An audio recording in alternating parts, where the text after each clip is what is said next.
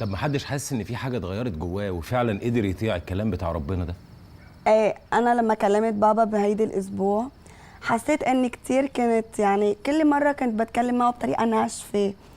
هيدي المره اتكلمت معه بطريقه كتير منيحه، يعني فرقت معي كتير وفرقت اكيد معه. كويس.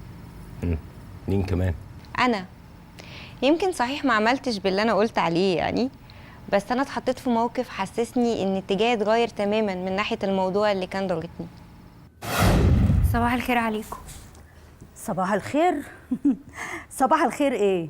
ده احنا بقينا الظهر. معلش يا خالته، اصل انا بنام وش الفجر يعني عشان شغلي وكده. شغلة الندامة. انتي مش هتكلميها في الموضوع؟ يا مالي يا اختي، ما تكلميها انتي، دي بنتك وانتي عارفاها، ما تطقليش كلمة. ايه، هو في عريس تاني ولا ايه؟ بصراحة خالتك جايبة لك عريس تاني؟ بصي يا خالتي، انا عارفه اني كبرت وان قطر الجواز هيفوتني وكل الكلام بتاعكم ده، بس انا مش هبقى تاني فرجه لحد في الصالون. اتفقنا؟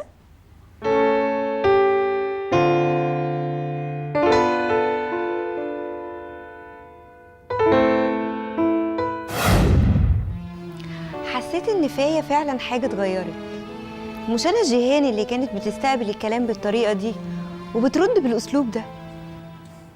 كويس. مين كمان؟ مثل ما انا حكيت بابا بعد 6 شهور، كانت خطوه كتير منيحه بالنسبه لإلي. تمام. طب حد عايز يشكر ربنا تاني؟ أنا من شان المسلسل الجديد، يعني هو فكرة حدا عرضها علي وراح يبعت لي الورق خلال أسبوعين. يعني هنكون خلصنا مسلسلنا احنا؟ ما افتكر، بس يعني أكيد أنا راح أكون خلصت دوري، يعني أنت عارفة أنا دوري صغير وما مكمل. مبروك. مش قلت لك يا عم اصبر وربنا هيفتحها في وشك؟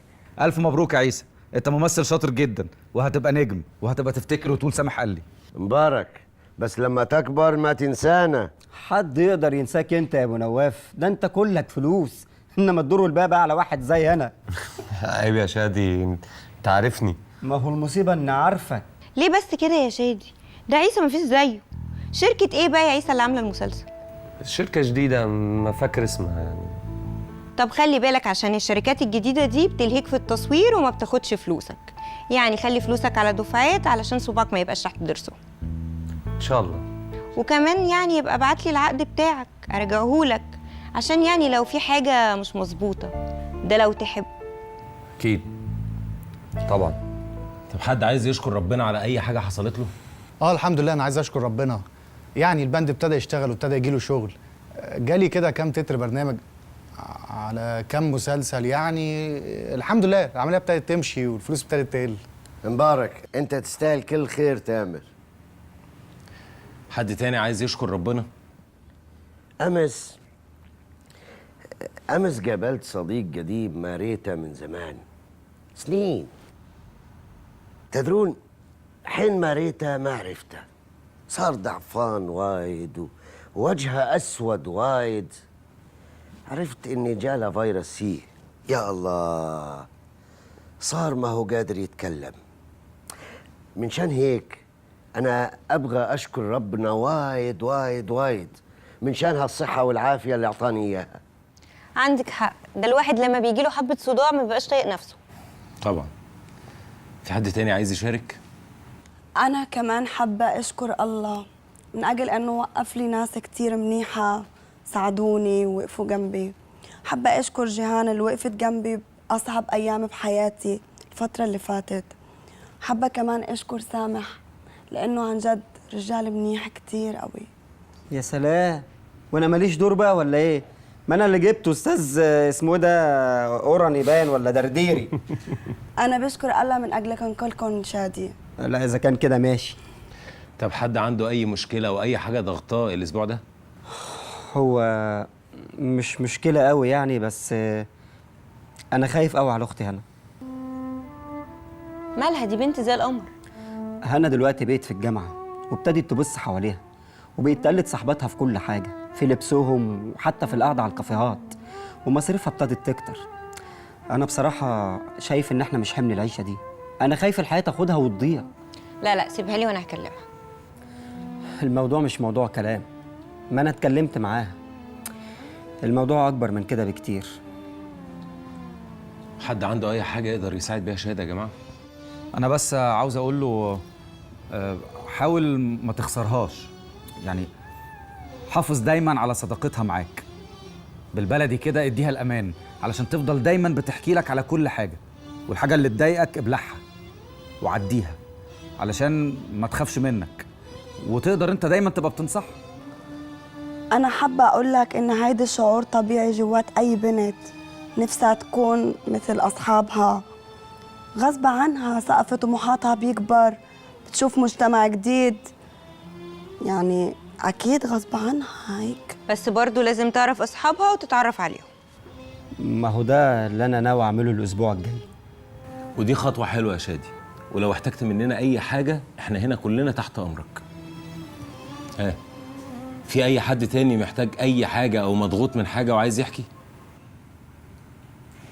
ماشي. طب تعالوا نقرا بقى الجزء بتاع النهارده. مين يقرا لنا؟ انا ممكن اقرا. تمام.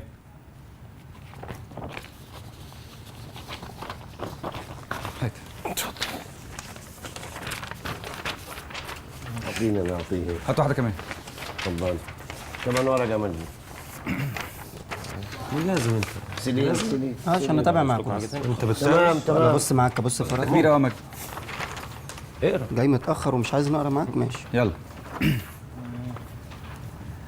وكلم الرب موسى وهارون في أرض مصر قائلا: هذا الشهر يكون لكم رأس الشهور، هو لكم أول شهور السنة. كلم كل جماعة إسرائيل قائلين: في العاشر من هذا الشهر يأخذون لهم كل واحد شاة بحسب بيوت الآباء، شاة للبيت، وإن كان البيت صغيرا عن أن يكون كفوا لشاة يأخذ هو وجاره القريب من بيته بحسب عدد النفوس، كل واحد على حسب أكله تحسبون للشاة. تكون لكم شاة صحيحة ذكرا ابن سنة تأخذونه من الخرفان أو من المواعز، ويكون عندكم تحت الحفظ إلى اليوم 14 من هذا الشهر. ثم يذبحه كل جمهور جماعة إسرائيل في العشية، ويأخذون من الدم ويجعلونه على القائمتين والعتبة العليا في البيوت التي يأكلونه فيها، ويأكلون اللحم تلك الليلة مشويا بالنار مع فطير على أعشاب مرة يأكلونه. لا تأكلوا منه نيئا أو طبيخا مطبوخا بالماء، بل مشويا بالنار، رأسه مع أكارعه وجوفه، ولا تبقوا منه إلى الصباح، والباقي منه إلى الصباح تحرقونه بالنار. وهكذا تأكلونه: أحقاؤكم مشدودة، وأحذيتكم في أرجلكم، وعصيكم في أيديكم، وتأكلونه بعجلة، هو فصح للرب. فإني أجتاز في أرض مصر هذه الليلة، وأضرب كل بكر في أرض مصر من الناس والبهائم، وأصنع أحكاما بكل آلهة المصريين. أنا الرب. ويكون لكم الدم علامة على البيوت التي أنتم فيها، فأرى الدم وأعبر عنكم، فلا يكون عليكم ضربة للهلاك حين أضرب أرض مصر. جزء تاني من 21 ل 28. فدعا موسى جميع شيوخ إسرائيل وقال لهم: اسحبوا وخذوا لكم غنما بحسب عشائركم، واذبحوا الفصح، وخذوا باقة زوفا واغمسوها في الدم الذي في الطست، ومسوا العتبة العليا والقائمتين بالدم الذي في الطست. وأنتم لا يخرج أحد منكم من باب بيته حتى الصباح، فإن الرب يجتاز ليضرب المصريين. فحين يرى الدم على العتبة العليا والقائمتين يعبر الرب عن الباب، ولا يدع المهلك يدخل بيوتكم ليضرب. فتحفظون هذا الأمر فريضة لك ولأولادك إلى الأبد. ويكون حين تدخلون الأرض التي يعطيكم الرب كما تكلم أنكم تحفظون هذه الخدمة. ويكون حين يقول لكم أولادكم: ما هذه الخدمة لكم؟ أنكم تقولون: هي ذبيحة فصح للرب الذي عبر عن بيوت بني إسرائيل في مصر لما ضرب المصريين وخلص بيوتنا. فخر الشعب وسجدوا، ومضى بنو إسرائيل وفعلوا كما أمر الرب موسى وهارون، هكذا فعلوا. حد يقول لنا ايه اللي بيحصل في الجزء ده؟ امر الله سيدنا موسى ان كل اسره تجيب شاه اللي هو خروف او معزه. صح، برافو عليك. انا قاريها في المعجم اللغوي دي. الشاه هي الواحده من الغنم ذكرا كان او انثى ضأنا، يعني خروف او معزه. مظبوط كده. المهم يا جماعه ان كل اسره بتجيب الشاه ده، وبعدين لو عدد الاسره كبير بيشتركوا بيجيبوا الشاه ده، وبعدين بيذبحوه. بس بيذبحوه بقى ايه في يوم 10 في الشهر اللي هم فيه، وليهم شروط كده ان هو بيفضل لغايه يوم 14. المهم يعني بيذبحوه كل شعب اسرائيل في نفس اليوم بالليل، وبياخدوا من الدم بتاعه ويحطوه على القائمتين والعتبه العليا، علشان ايه اللي بياكلوا البيت اللي بياكلوا فيه ده ما يتاذيش. ايه ده يا عم، انت هتكروتنا ولا ايه؟ ايه بقى القائمتين والعتبه العليا اللي انت قلتها دي؟ حد عارف؟ افتكر ان الجايمتين هم جنبين الباب والجزء اللي فوق. يعني الجنبين والحته اللي من فوق دي اللي انا مش عارف اسمها اصلا يعني العارضه مثل ما بتقولوا. تمام. خلاص تمام كده، وصلت؟ تمام. كمل يا مراد. المهم ان هم بعد ما بيحطوا الدم على القائمتين والعتبه العليا بياكلوا بقى لحم الشاه ده بالليل مشوي او مسلوق. على ما اعتقد مكتوب مشوي منه مسلوق. ايوه صح، عندك حق، مشوي مع فطير مش مسلوق ولا ني. المهم ان ربنا قال ان هو هيعدي على ارض مصر وهيهلك كل بكر من المصريين انسان كان او حيوان، ولكن البيت اللي عليه الدم ده مش هيجيله الموت خالص. بس وبعد كده بقى دعا موسى الشيوخ الاسرائيليين وقال لهم يعملوا كده، وفعلا عملوا كده، وقال لهم يعلموا جيل بعد جيل، ولو حد من اولادهم سالهم انتوا بتعملوا كده ليه، يقول لهم ان دي ذكرى ان ربنا اهلك المصريين وانقذ شعبه. تمام. حد تاني يقول لنا ايه اللي بيحصل في الجزء ده؟ الله هون طلب من موسى انه يخلي الشعب يجيب المعزه او المعزه الصغيره او الخروف ويذبحهم بموعد معين بالشهر وبطريقه معينه، ولو كان الله عدى على بيته ما لقى علامه هيدا الدم كان بيهلك البكر اللي جوات البيت. ووصى الله ان هيدي العلامه تكون من جيل لورا جيل، وان كل اسره تقول لاولادها ان هيدي العلامه هي اللي كانت بتحمينا عن باقي البيوت اللي حوالينا. يا ريتني كنت معاهم، كان الواحد زمانه دلوقتي هايص في الشوي يومين 3. ما يصير يا معود، لازم يخلص بيوم واحد واللي يبات للصبح يتحرق. حلو كده، هو ده اللي انا عايزه بقى، الواحد كده يقعد بقى فيهم ويقعد ينقنق. ينقنق ما يصير برضه. شوف، يقول لك هون ياكل بسرعة وشادد نفسه وعصايته بيده ولابس جزمته كأنه بيحارب. هنا كمان الله حط شروط للحمل ده، يعني لازم يكون عنده سنة، لازم يكون ذكر، لازم يكون أحسن حاجة عندك، مش أي حمل وخلاص. يعني انت البيت اللي عليه العلامة بتاعت الدم ده يعدي، تمام. البيت اللي معلوش العلامة ده يموتوا البكر اللي فيه، صح؟ صح. عارف انا جاي في دماغي يا تامر دلوقتي ان لو في واحد بقى ايه مصاحب واحد ولا واحده وراح هرب بالليل وراح سهر عندهم بقى، وحظه المنال يكون بكر، ده يروح في شربة ميه. الله يرحم والديك يا شهدي، كوميدي انت. ها؟ شوف حبيبي، ربنا يبدو انه كان يعلم ان في واحد ذكي زيك راح يعمل هيك، من شان هيك قال ما حدا يترك بيته حتى الصبح. ايوه بس على فكره ممكن تلاقي عيال فقر برضه هيعملوا كده زي انا عارف. مفيش فيك فايده يا اخي. طب هو يا جماعه مش كده ممكن نعتبر انه الله بيظلمهم؟ نعم. ظلم مين؟ الناس اللي ما حطوش علامه الدم على بيوتهم. تصدق ما فكرت في هالنقطه. وانا برضو وانا معك ابو نواف، يعني الله هون نجى شعبه وانقذهم، يبقى كيف يكون ظالم يعني؟ نجى شعبه. طب وبقيه الناس؟ ناس بشر. اكيد هم سووا اشي يستاهلوا اللي سواه الله معهم. ايوه تمام. اللي هو ايه بقى؟ ما بعرف، مو واضح في اللي انت قريته.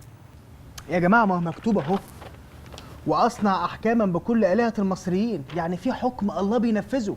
يعني الحكم ده بقى على آلهة المصريين واللي بيعبدوهم، يعني واضح ان هم ما كانوش بيتبعوا ربنا ولا بيعبدوه. وده معناه بقى انه الله بيحكم على الناس اللي ما بيعبدوهوش.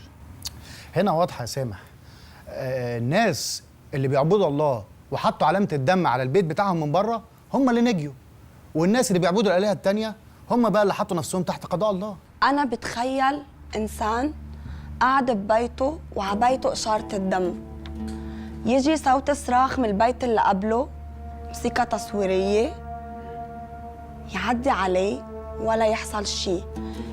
تيجي البيت اللي بعده يجي صراخ كبير وهو قاعد وحاطط ببطنه بطيخة صيفي مثل ما بتقولوا يعني.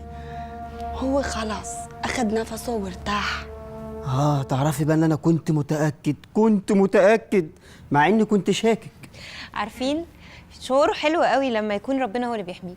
بس مش بيحمي اي حد، ده لازم يكون جوه بيت من البيوت دي. طبعا، ولازم تسوي كيف ما بيطلب الله. وفي الاخر تنام وانت مطمن انك في حمى الله. تمام. حد عنده حاجه عايز يقولها لنا؟ طب الايات دي بتعرفنا ايه عن الله؟ بتعرفنا ان الله قضاؤه عادل. طب ممكن تقول لنا جبتها منين عشان نفهم اكتر؟ مش الله قال لهم انا هضرب كل الابكار وهصنع احكام مع الهه المصريين؟ قال لا، يبقى اللي تبع بقى الهه المصريين هو اللي يستحمل. بس ربنا بيحس بالغلبان على فكرة، لما خلى عيلة أو عيلتين 3 كده صغيرين يتشاركوا في خروف واحد. مين كمان؟ ان الله سبحانه بينقذ شعبه وبيحميه. يعني اللي مع الله يطمن ان الله سبحانه راح يحميه دايما. كيف ما بتقولوا بالمصري اللي له ظهر ما ينضرب على بطنه. بقيت مصري جامد انت يا عم نواف. مين كمان؟ يعني كمان مثل ما الله بيحمي شعبه، الله بيطلب منهم انهم يعلموا اولادهم هالذبيحه او هالفريضه. يعني كأن الله بيقول لهم ان هذا وعد من جيل لجيل.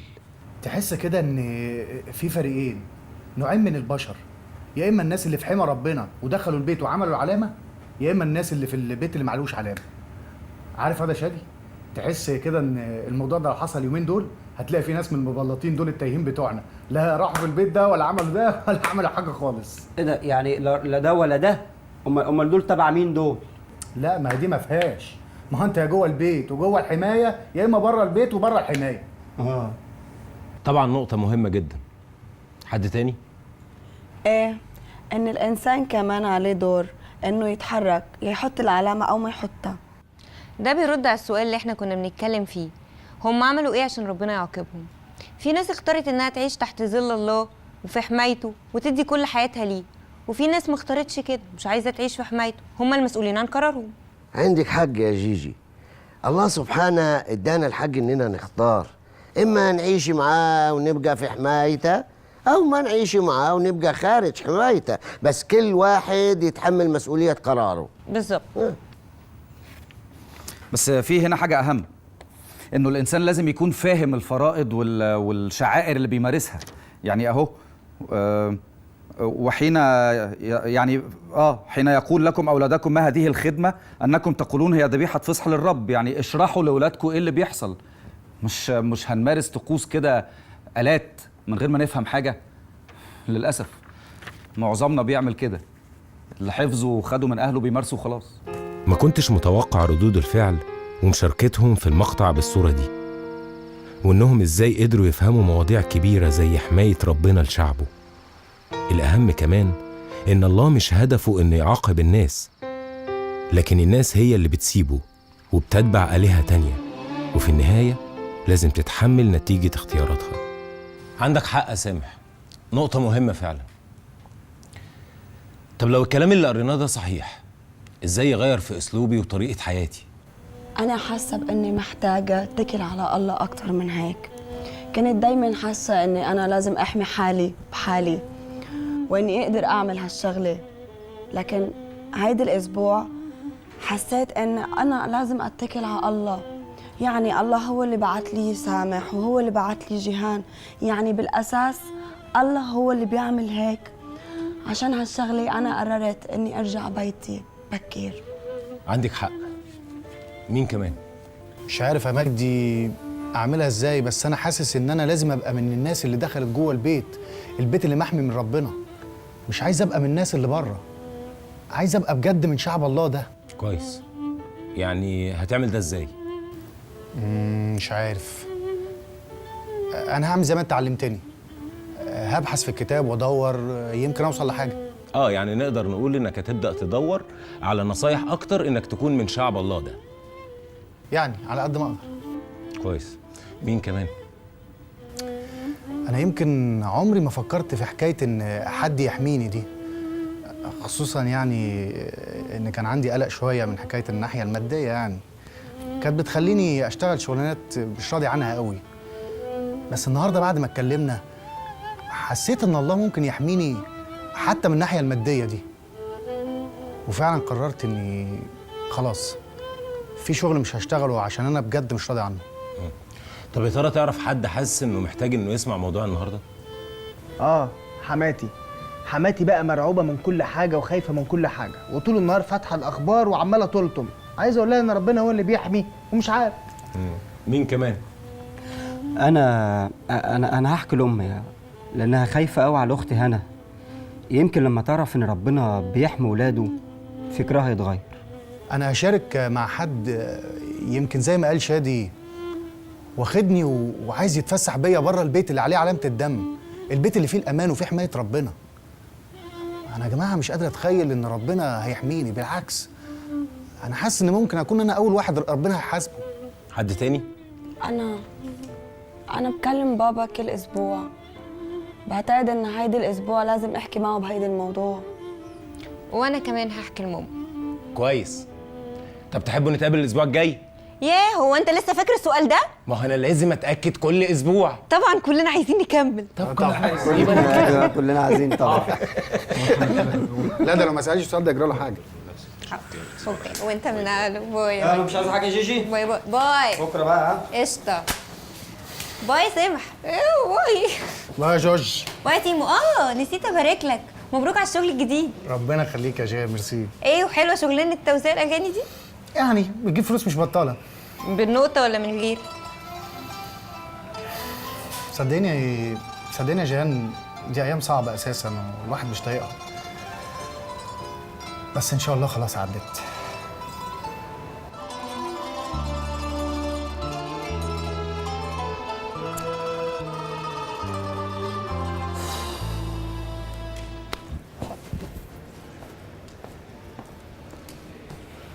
لسه خارج نطاق الخدمه. هو مش واخد الاوردر بتاعه ده من امبارح؟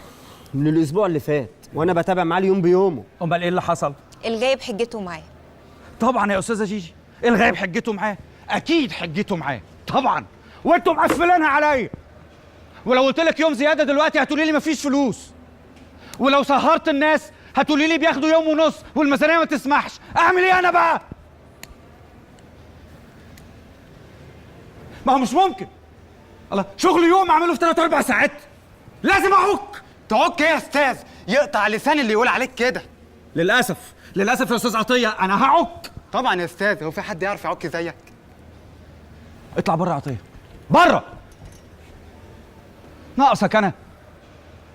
بقالي ساعتين يا مدحت وما اشتغلتش، ما قلتش اكشن واحده، هشتغل امتى؟ حقك عليا يا استاذ، عندنا مشكله جامده جدا في الكهرباء، اللي هم التولع يا مش استاذ. مشكلة فلوس ناس يا استاذ. يبقى نفركش. لا نفركش مين يا استاذ؟ ده حبيب قلبي انت تهدى وانا هظبط لك كل حاجه. يلا ظبط الاستاذ ده، شاي قهوه نسكافيه ظبطه. ها وانت قبل شوف لك حته اقف فيها اتفضل. مدحت.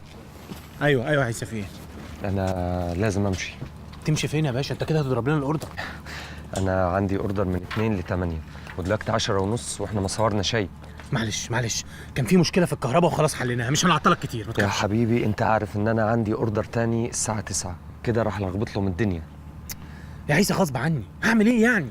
ما هو كل مره ممكن تحصل مشكله وتقول لي غصب عني، وانا راح ابقى في وش المدفع مع جيهان. جيهان مين؟ جيهان مين يا عم؟ انت ما تفكك بقى من القصه دي خالص. يعني ايش فك؟ ايش تقصد؟ وبعدين احنا ما اتفقنا على كده. بقول لك ايه يا عيسى، ما تشوف جيهان على حياتها بقى. جيهان ملهاش غير مصلحتها بس. اول مره تشتغل معايا، شوف انت واخد دور قد ايه، واديك شغال معاها بقى لك 2 سنين. لا كده راح الخبط له من الدنيا وابوظ لهم كل شيء. انا لازم امشي. لا ولا تمشي ولا حاجه. بص يا عيسى، نصايه هنظبط كل حاجه وبعدين هسيبك تمشي، ماشي؟ نصايه. يلا يا ابني، يلا حبيبي، تعالى يا حبيبي خد اقول لك.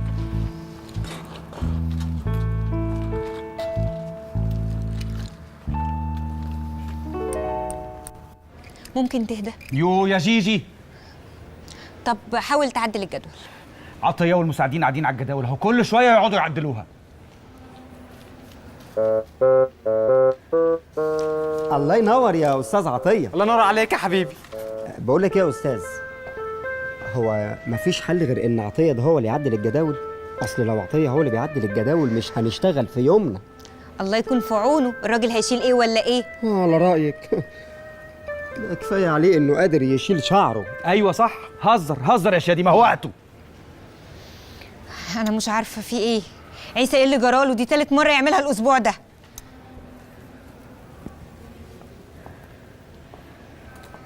انا شاكك في حاجه يا جيجي على فكره. نفس الحاجه اللي انا شاكه فيها. طب انت عارف هتعمل ايه؟ عيب، هو انا تلميذ؟ يا اساتذه هو في ايه؟ ما تقلقش، كلها يومين وهتعرف. كلها يومين وهتعرف. تمورة، انا بقى هاكلك حته اكله النهارده هتاكل صوابعك وراها. اما نشوف، ما انا ما باخدش منك غير كلام. يوه، كل مره تقولي الكلام ده. يا رب تعجبك بقى. انا ماشي يا منى. في ايه يا تامر؟ تامر، في ايه؟ في ايه ياما؟ ابويا ماله؟ تامر كويس ان انت جيت، انا كنت هموت لوحدي يا تامر. حاولت اطلبك كتير قوي، تليفونك مقفول، سبت لك رساله قلت اول ما يتفتح التليفون تشوفها. معلش ياما، كان عندي تسجيل كنت قافله. ايه اللي حصل؟ طمنيني. ما اعرفش ايه اللي حصل. ابوك جه البيت يا دوبك اتغدى، مفيش شويه ولقيته بيقول لي عنده نغزه في صدره، شويه كمان ولقيته مش عارف ياخد نفسه خالص. لما عرفتش اكلمك قلت ما بديهاش، كلمت ماجد الله يستره، جابه وجينا هنا على المستشفى. معلش تعبناك يا ماجد. طمنوني، الدكتور قال لكم ايه؟ ما تقلقش، هي جلطه بسيطه والحمد لله لحقناها. وعموما هم طمنونا وقالوا مفيش خطوره، وكمان هيستنى هنا في العنايه المركزه لغايه لما حالته تتحسن. استرها يا رب، استرها يا رب.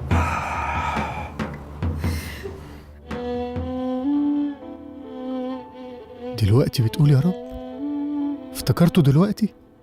ده يمكن كمان ابوك يكون اتاخد بسببك. ربنا مش بيفوت حقه، اكيد هيعاقبك في ابوك. لا، يعاقبني انا. ابويا ذنبه ايه؟ يا رب، يا رب انا اللي استاهل، بس ابويا ملوش ذنب. اعفي عنه يا رب، اعفي عنه.